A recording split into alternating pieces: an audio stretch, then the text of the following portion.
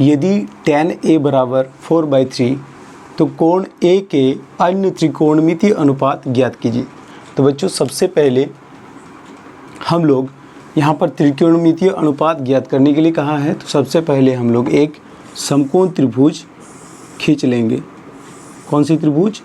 समकोण त्रिभुज, जिसका कोण B समकोण हो और यहाँ पर देख सकते हैं A की बात कर रहा है, तो हम कोण A को यहाँ लिख लेंगे और C यहाँ पर।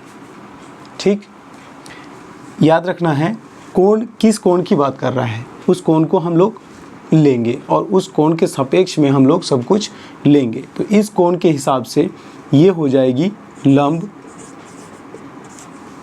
यानी P, और इस कोण के सापेक्ष AB हो जाएगा आपका आधार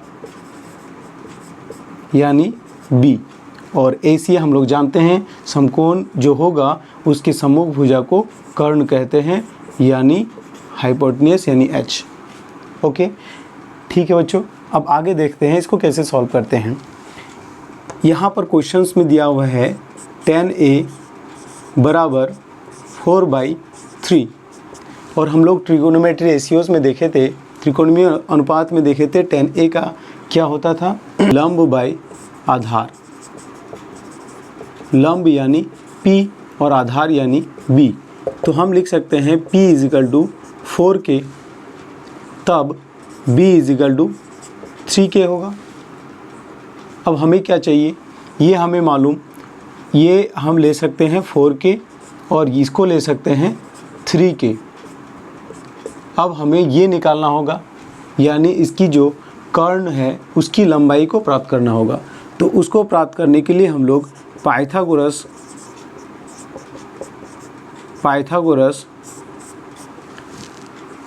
प्रमेय का यूज़ करेंगे। तो पाइथागोरस प्रमेय का यूज़ करके हम लोग क्या देखते हैं, हमें क्या बताता है पाइथागोरस प्रमेय कि इस समकोण त्रिभुज की जो सबसे लंबी भुजा होगी यानी कर्ण यानी H, उसका जो स्क्वायर है बाकी दोनों भुजाओं के स्क्वायर के जोड़ के बराबर होती है। H यहाँ पर हम लिख दिए हैं कर्ण है, और P और B जो है वो लंब और आधार है।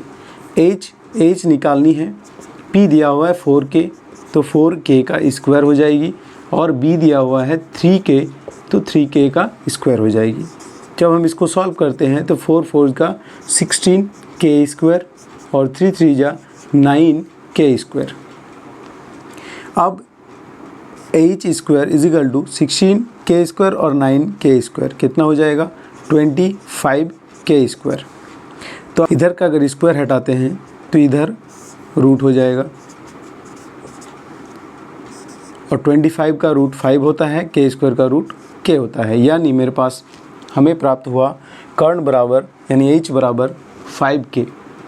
अब हम जो है इनके बाकी अन्य त्रिकोणमितीय अनुपात को ज्ञात कर सकते हैं। त्रिकोणीय अनुपात क्या है, साइन A बराबर होता है लंब बटा कर्ण यानी P/H। तो P कितनी आई, P है मेरे पास 4K और H आया 5K, K कैंसिल हो जाएगा, बचेगा 4/5, तो साइन A बराबर 4/5।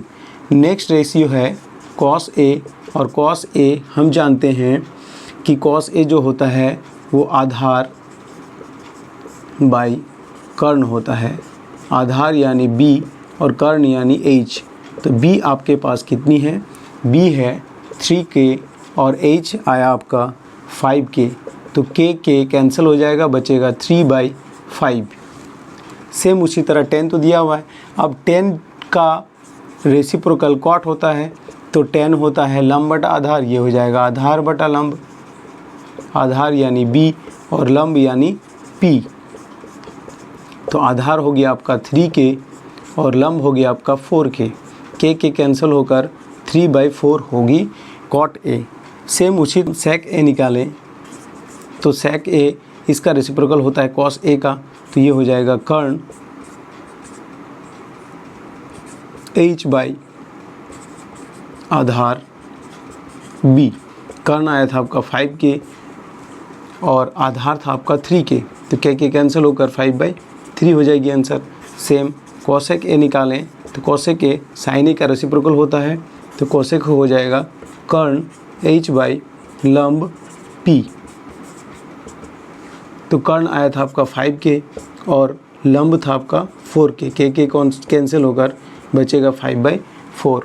ये रहा आपका answer, sine A, cos A, cot A, sec A और कॉसेक ए। तो इस क्वेश्चन का आंसर